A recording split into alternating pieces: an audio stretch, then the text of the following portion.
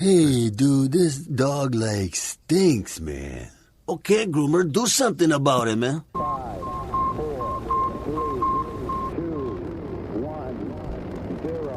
All engine running. Liftoff. We have a liftoff. Hey, all you pet stylists. You found the GroomPod. Welcome to our virtual salon. My name is Susy, and I'm your host. I'm a mobile groomer from Seattle, Washington, and anyone who knows me will tell you I love to talk, especially about my job. One of my favorite people to talk to is my friend and mentor and co-star of the show, Miss Barbara Bird. Hey, Susie! Wow, what a lovely day we're having here in Tucson, Arizona. And I can't wait to tell you about my Irish bred wire fox terrier that I groomed yesterday. So hang on, everybody, because here we go. Oh, that sounds exciting. Yes. Well, welcome to episode 392 of the GroomPod, recorded on November 19th, 2023 in Snohomish, Washington and Tucson, Arizona. I can't believe we've already passed Thanksgiving and we're on our way through Christmas, and pretty soon the days are going to start to get longer again and the sunshine will come out again for some of us. It's been a little bit cold up here. Anyway, this podcast is brought to you by our sponsors, Best Shot, Show Season, Precision Sharp, Stasco, and Groomore. And if you'd like to support your podcasters, you can do so at our website, thegroompod.com, and use the donation button to send some money to Barbara, and use the Patreon button to subscribe to the podcast and support us that way. This week, we're talking about types of conditioners, wheel bearings, and I know that's just riveting, but the exciting thing is, what's news brought to you by Groomore Software. If you haven't found Groomore, you're missing out. Groomore is an all-in-one software solution for your grooming business. Whether you are a solo mobile groomer or manage several shops, Groomore has everything you need. 24-hour online booking and forms, routing, credit card processing, reminders, Google Calendar and QuickBooks integration, and so much more. And the best customer service anywhere. Shop, mobile, or house call, Groomore has you covered. And they're giving us a free month. Just enter GroomPod22 in the coupon code. You will never guess what happened this week. Not in a million years. No, I'll never guess. Okay, well, I'm not even going to try then. The odds of this happening just seems kind of astronomical. I picked up another nail in my trailer tire. Oh, no. Can you believe it? What the fuck? I don't know. I'm never in the same spot. It's always different routes home. I'm wondering if there was something in the driveway, perhaps. But still, that seems a little crazy. I don't know. Anyway, I had to change the flat out at the house. Well, I didn't change it out at the house. We ran the compressor out, blew it up, and then I had to cancel my day and go to the tire store and have them repair my tire. The kicker is, you know that thing that World Groom educational videos that I've been watching? Yeah. It was Standard Poodle Day for me. It was my standard poodle, Mazikeen, and I was really excited to try the tips for the poodle head that I got from Mackenzie Murphy. Instead, I had to cancel. I just had that dog. Just the poodle, so that I could take my time and really do a nice holiday groom. Oh yeah, had to cancel that. So once again, my aspirations were crushed due to nothing of my own doing. And I moved them to the very end of an already full day. And I did an okay job. I did use the tricks. It did make it a little faster, but using the snap-on comb, the longest snap-on comb, really is my best cheat on that dog because she doesn't really care. I'm just trying to make her look extra pretty for my own benefit. I'll probably send her in there and Doc Chan will say, gee, her head's a little long, isn't it? So whack it back off with the clipper back. Anyway, that was the highlight. I mean, I really have to just stop thinking that I'm going to get these beautiful opportunities to do these fantastic heads at the middle of the Christmas and holiday rush. Gee whiz, Suze. It's just not going to happen. I don't really have a holiday rush. Although this year it could happen because of my closing the shop at the end of December. And I definitely am going to have a huge last week of December. But I had a new dog yesterday that was a wire fox terrier. Can I tell you about this? Yes. So this is a couple who live back east, but they often come to Tucson for the winter. And I have been doing their wire fox terriers for over a decade, maybe two. We've been through a number of dogs. And they didn't come last year, so I thought, well, maybe I'm not going to see them again. But this year I popped up with a message from them, and they said, we have a new dog. His name is Hamlet. Well, they came yesterday, and they had their regular little, kind of smallish wire fox terrier that has a thick and slightly curly coat. And then this new dog that was just like 13 months old. He was tall. He was larger than most that I've seen. And he had this coarse but fine coat that was straggly and sticky outy all over. He looked horrible. And they said he was from a breeder who has only Irish bred stock, that he's an Irish bred wire fox terrier. And I had never heard that. You know, I heard about Irish bred soft coated Wheaten terriers, and they have a different coat, but I hadn't run into this before. I've seen a Wheaten. I had an Irish coat Wheaten, and they definitely are different. Well, this was definitely different. And, you know, the good news is that it was very easy to hand strip. So I stripped all the colored parts and even top of the head pretty easily. And then in order to get it to have any kind of an even coat without big areas of super short, I had to go to a 7-blade. I took him down with a 7-blade, and I have to admit, I am so light with the clippers that my 7-blade is kind of like somebody else's outcome with a 5-blade. That's just true. I don't know if it's me or it's Dave, but when I give Dave instructions, I have to give him a blade higher than what I would use, because otherwise the dog comes out much shorter than I would have wanted it. So I think it's that I have a light touch. I hand stripped the whole jacket and got all of the color, even kind of down where it was on the back legs and everything. And these people were so thrilled. Susy, I made that dog. He really looked bad when he came in. And he went out looking smart. And they were just squealing with joy, these old people. I love that. Well, not as old as me, but, you know, it was very satisfying. And then, of course, I had to tell them I was leaving. Oh, So they booked one last appointment in the end of December so that they could see me again, because they were so happy. They just bounced in so happy to see me. And oh, man, some of these goodbyes are rough, Susy. oh, I know. Some of these goodbyes are rough. And when I see the reaction of people, it's really, okay, I won't go. You have to go. There's people waiting for you. Did you see that online? I saw that on our Facebook. I was whelmed, not overwhelmed.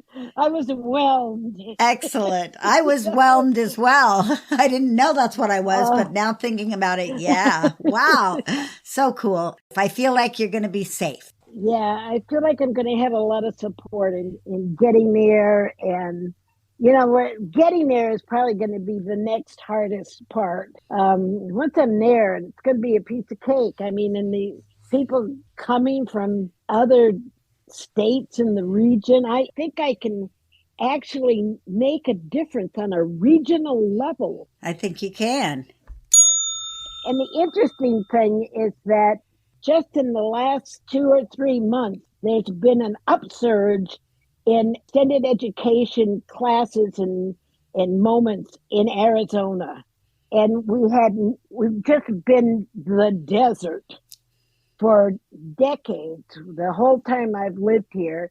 And just as I'm ready to pull out, There's more people interested in educational seminars and classes and stuff like that. So sorry, Tucson, too late. Too little, too late. See ya. See ya. So I wanted to mention that two things. Number one is the Chewy link on the website. That's another way to support the show. And I always forget to mention it when I'm mentioning all the other ways to support the show. So it's just a link. It's got a Chewy ad on it. And if you guys click and go do your shopping, you don't have to shop for whatever's on the link. You can just go through that link as a portal into Chewy and then shop for whatever you want. And we get a tiny, teeny, itsy bitsy portion of it. And like I said last week, for the very first time ever, we got a check from them, which was exciting. It was only $25, but I forget to mention it because it is a really good way to cost you nothing. Well, except for your pet supplies that you're buying there already, but then show that we're supporting Chewy and send a little money to our pockets so that we can pay our bills. So that's cool. The second thing is, I went down to Cascade Grooming Supplies to get my holiday shampoos, and I have never really used the Show Season Sugar Cookie because I didn't love the way it smelled, but man, that's a good shampoo. Oh, good. I just ordered a gallon of their shampoo and the sugar cookie conditioner because I love the sugar cookie smell. I think it's a really good, fragrant product that works for the holidays, and it also works year round. People like it a lot. It's a solid performer. I'm glad to hear that you like the shampoo. I also got the pumpkin spice because they didn't have any gallons of the sugar cookie, so I went ahead and got the pumpkin spice as well. It's not my favorite of smells. I prefer the apple pie spice mix rather than the pumpkin pie spice mix, but it has a little bit different qualities to the sugar cookie. Like they're not cookie cutter shampoos. They're different from each other. They seem to leave the hair feeling different. So I think that's cool too. I don't like when they take a shampoo base and then just throw little additives in it, but it's basically the same kind of a cleaner. And then they put a little different smell or a different color or some botanicals in there. Well, that's what they do. Yeah. That's what they do. That's the game. There are some shampoos that are totally identical across the brand, but they have different fragrances. Well, these certainly seemed like different shampoos. Maybe I'm wrong. I'll look at the ingredients and maybe they're not. Okay. Maybe they are and maybe they're not. Show Season has really a pretty basic, down-to-earth formulating viewpoint. So I wouldn't be surprised if they're similar. What do you see? Susy's the only one who can look up stuff while we're broadcasting. It's true. A podcast. For me, it's a distraction. Yes, I can multitask. Okay, here we go. Pumpkin spice has purified water, sodium lauryl sulfate, cocamide MEA, cocamide propylbutane, PEG3 distearate, fragrance, DMDM hydantoin, sunflower triglycerides, dye, and citric acid. Very basic. It's just a good cleaner. Okay, let's see how wacky I am. Sugar cookie has the same ingredients. Purified water, cocamide MEA, sodium lauryl sulfate, cocamide propylbutane. No, it's a little different. What's missing? It's both just very basic, good cleaning shampoos. And that's a fact. They both work So really well. I'm gonna say something because some people are going to be like freaking out because there's sodium lauryl sulfate in those products. Sodium lauryl sulfate is really an excellent dog cleansing ingredient. And you will notice that Show Season includes in almost every shampoo, and well, in almost every product, they have sunflower seed the triglycerides. Triglycerides. Those triglycerides, that ingredient is critical to the formulation because it reduces the defatting tendency of the stronger detergent. So the detergent retains its cleansing ability without being so likely to pull out lipids from the skin and hair. Does that make sense? Yes. And so that's what makes the shampoo safe and effective. So it's not so likely to irritate the skin. So the sunflower oil triglycerides could also be called refatting agents. And it's in all their shampoos, right? Pretty much everything. Yeah, and because it also, not only is it a refatting agent, so it replaces or reduces the amount of lipids that are pulled out of the skin by the cleansing action, that also is a fragrance fixative, which slows down the evaporation of some of the notes of the fragrance so that it lasts longer. Basically, that's all that happened with me. Just spent a day fixing tires and another day lamenting and grooming crazy, busy, getting home late. I just keep getting home late, but 'tis the season for that. I want to make sure everybody gets in. I actually do have a little bit of a Christmas and holiday rush because I have 3-month and 4-month dogs that I've seen regularly for 15 years, and everybody gets squished into these 2 months. You had some corrections you wanted to make about last week's show, or some clarification. That's better, right? Well, I had a clarification once on something that came up in our discussion last week of European regulations versus the United States regulations. And I think you said that the European Union was more vigorous in their testing. Sounds like something I would say. Yeah, and I wanted to clarify that there's really not that much difference in the scientific approach or the actual testing of ingredients. It's in the regulation and in what they choose to prohibit. So you will often see when people want to denigrate the United States approach to ingredient safety, they point out that the EU has banned like 1,100 ingredients and the United States has banned only 30. So that means that the United States is less rigorous. Well, that's not true. For one thing, a lot of those 1,100 ingredients that have been banned in the EU are no longer in use at all. So the Cosmetic Ingredient Review Board, which is the United States official regulation, they are the ones that declare whether an ingredient or a family of ingredients are safe. They choose what to look at according to a usage. If it isn't hardly used, they won't hardly look at it. You know what I'm saying? So they don't waste their time on ancient ingredients that had bad reputations because they're not utilized anymore. So that's one thing. And the other thing is there's a basic difference between the European approach and the United States approach. The United States really waits until ingredients have solid proof of being not safe. The European Union is much more proactive, and they go more by their sense of their chemistry sense of things.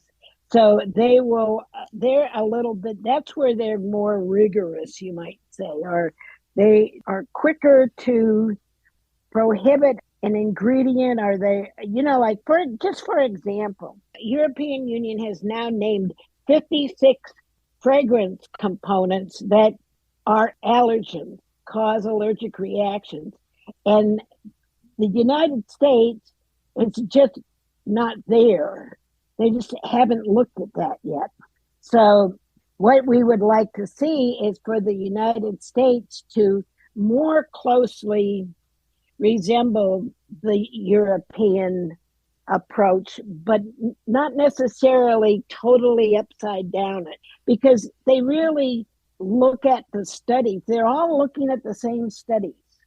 The science is the same. It's worldwide. They might look at studies from several different countries, and as long as the scientific model is ethical and strong and has the right components of a thorough systematic study, that it's controlled and all of that good stuff, they'll use the results. But unlike the EWG, where they rate ingredients as to their safety, they use every little study, whether it's good study or has been dissed by the scientists or whatever. They use every little report. We wait until we see Every anecdotal. the EWG and the California Proposition 65 people, they jump at every little thing. And if an ingredient hasn't been studied, then it gets a high rate because there hasn't been any suspicious findings, right? So it's really kind of screwed up in that way. But I trust our cosmetic ingredient review board to be alert to unsafe ingredients in our products.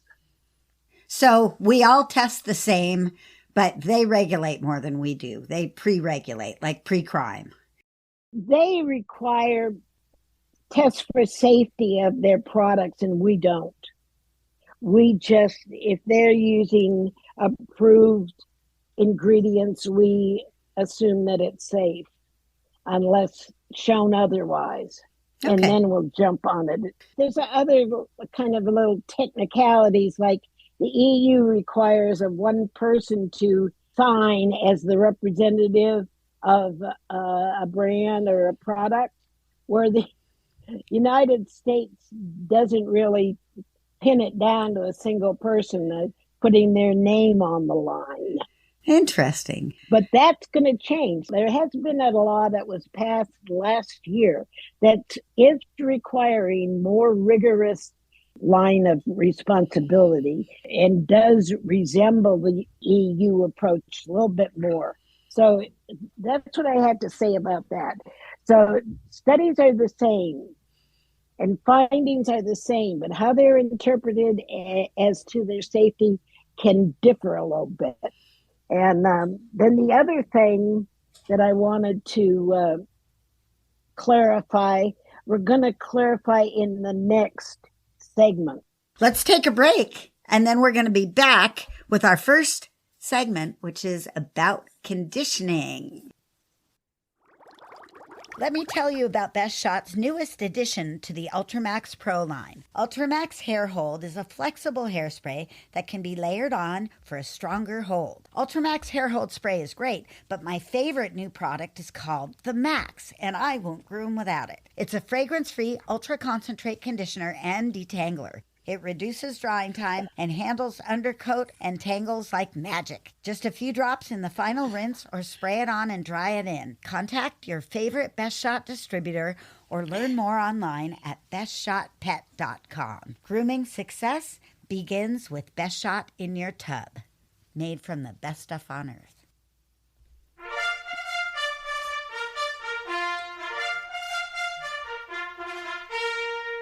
Ready, groomers? Here comes our first appointment. Types of conditioners. Give it to us straight, Barbara.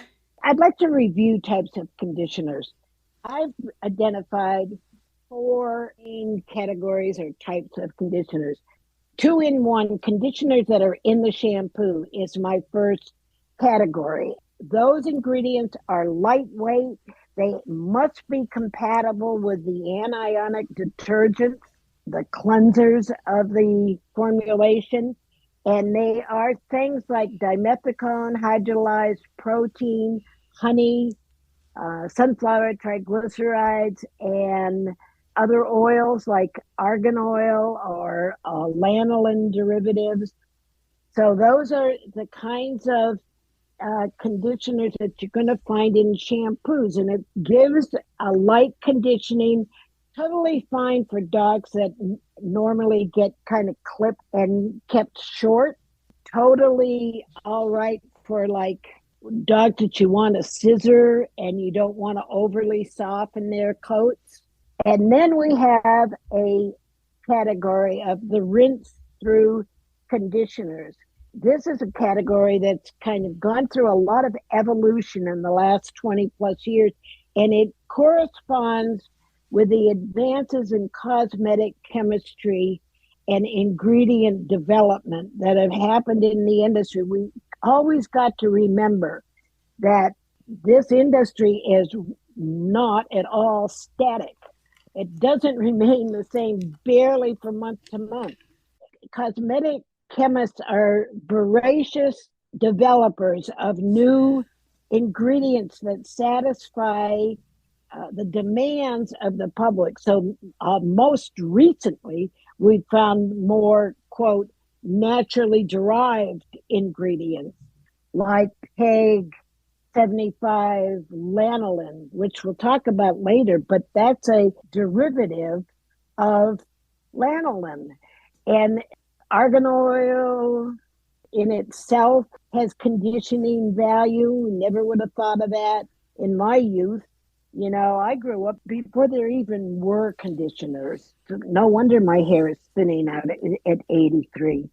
Rinse through conditioners usually have a conditioning base ingredient of a fatty alcohol, such as cetyl alcohol or ceteryl alcohol. And that gives the conditioner some body. You know, if without those fatty alcohols, it's like water. And that's one of the big differences between a rinse through ingredient and a leave in conditioner that has to be lighter weight and thinner consistency because it's a spray.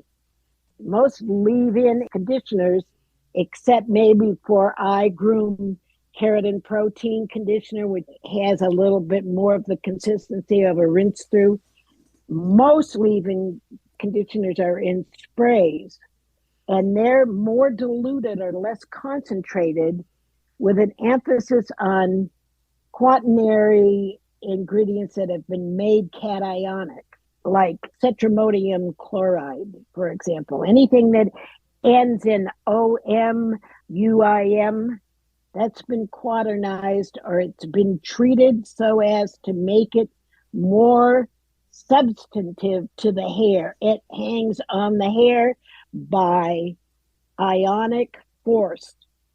So it's not just oil hangs on the hair just from the stickiness of the oil. Does that make sense? By ionic force, you mean positive and negative charges, right?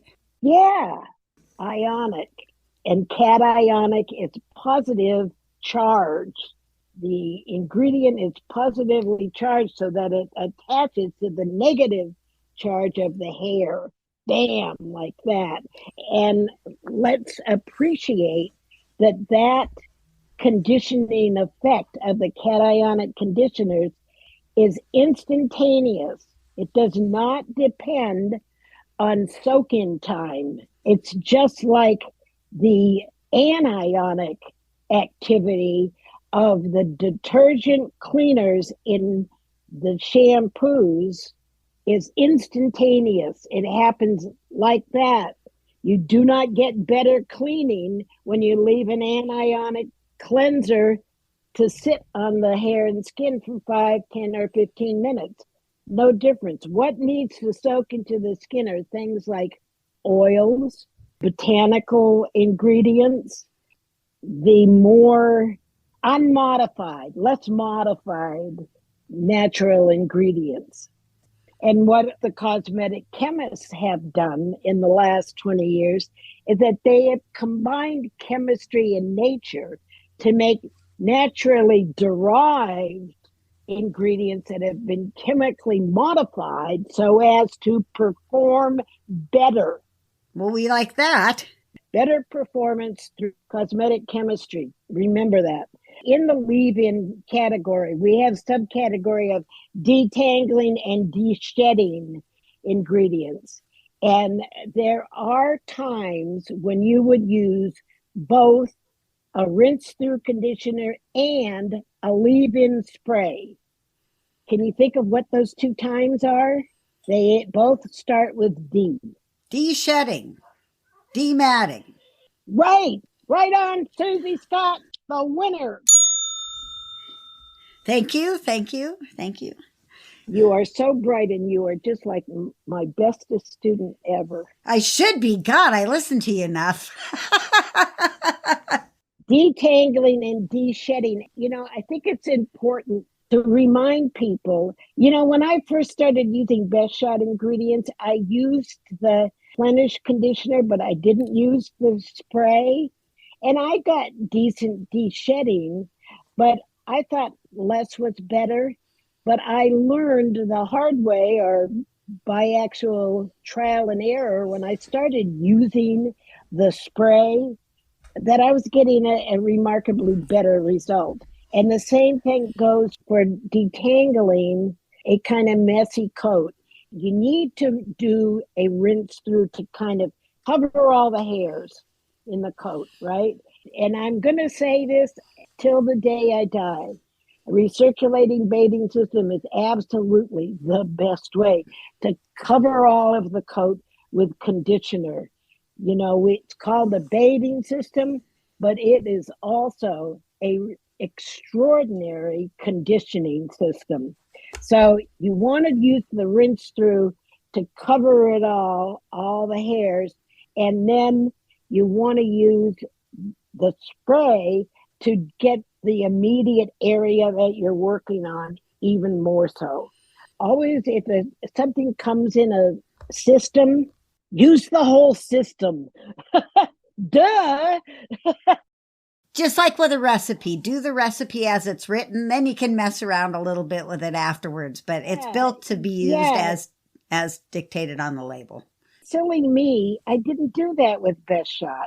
I just chose to only buy the conditioner because I thought, well, I'm going to be conditioning really good. I don't need more, but you do need more. No matter how charged the cationics are of the rinse through conditioner, the rinsing process, you're going to force a lot of product down the drain. And when you're spraying, it's going to stay on the coat better. Deep conditioning is my fourth and final category. And in these products, most often you will find them with instructions to leave on for like 10 minutes or so. But the truth is, in today's cosmetic chemistry reality, there are ingredients that help restore damaged hair that don't require more than a minute because they're cationic. That's one more thing. It's not true that rinse through conditioners are meant to aid the skin, and leave-in conditioners are for managing the hair.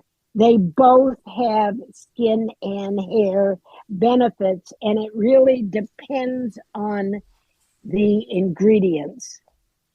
And the other thing is that deep conditioning treatments will often recommend leaving in for 10 minutes, but that's because of your psychology making it seem like, yeah, that's deep conditioning. But if it's the newest developed, evolved ingredients, it doesn't really need that. You're the one that needs to leave it on, not the product itself. Making sense? Yeah, it took me to a month ago, maybe a little bit longer than that, to only wash my hair once and not twice in the shower. I was a wash twice for my whole entire life. Now I understand how the shampoo works better, and I only wash once, and my hairdresser never washes my hair twice. She only washes it once. So yeah, it's interesting. You gotta learn. That's the old days. And in the old days, we didn't wash our hair so frequently. Your mother would make you wash your hair once a month. That's because you had no conditioner. Right. So it was always crapshoot whether you liked your hair the next day or not. Don't you dare sleep on it wet, or would you wake up with a giant mat wad on the back of your head? Yes. Okay, ready for another break? Sometimes my clients don't like a walking air freshener. When these crazy people request a scent-free option, I go right to Show Season. Show Season True Tearless Shampoo and Hypo Conditioner fit the bill. They are totally fragrance-free and yet hold up on their own as good products. True Tearless has been expertly formulated to be gentle to the eyes, skin, and hair while maintaining good cleaning power. Hypo Conditioner is a great option as well, and it's one of our favorite conditioners with or without fragrance. So let's get fragrance-free. Use True Tearless and Hypo Conditioner from Show Season today. Go to showseasongrooming.com. Look out, here it comes. It's your mobile moment. Wheel bearings are super important to the functionality of your vehicle, especially if you're towing a trailer. The trailer has wheel bearings and everyone forgets to check them. On today's trailers, the axles are not as easily replaced as you might think. And if you don't replace your wheel bearings, which are not little round balls, but little logs that go around the axle, they will chew up your axle and you'll end up having to replace your axle. This is a common problem with the grooming trailers.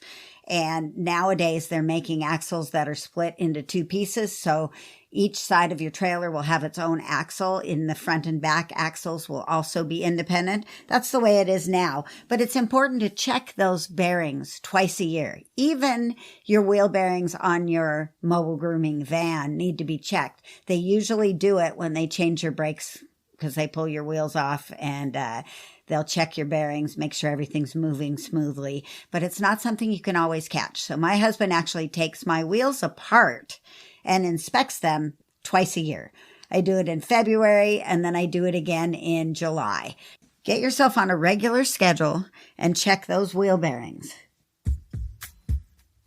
We want to welcome Randy and Cheryl Lowe from Precision Sharp and invite you to check out their website where you can see their newest precise cut shear called Lynx. It's a patented design featuring a thumb ring that slides the length of the handle for perfect ergonomic placement of your thumb.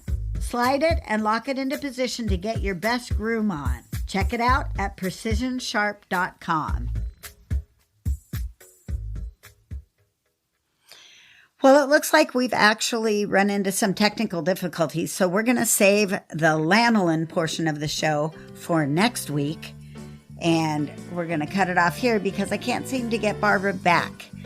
So thanks for being here at the GroomPod. Remember to let our sponsors know that you appreciate them supporting the show, and we appreciate everyone on Facebook, on Patreon, on the donation button, and all of that sort of stuff. And happy grooming, everybody. See you next week on the GroomPod. And Barbara says, remember, we love you.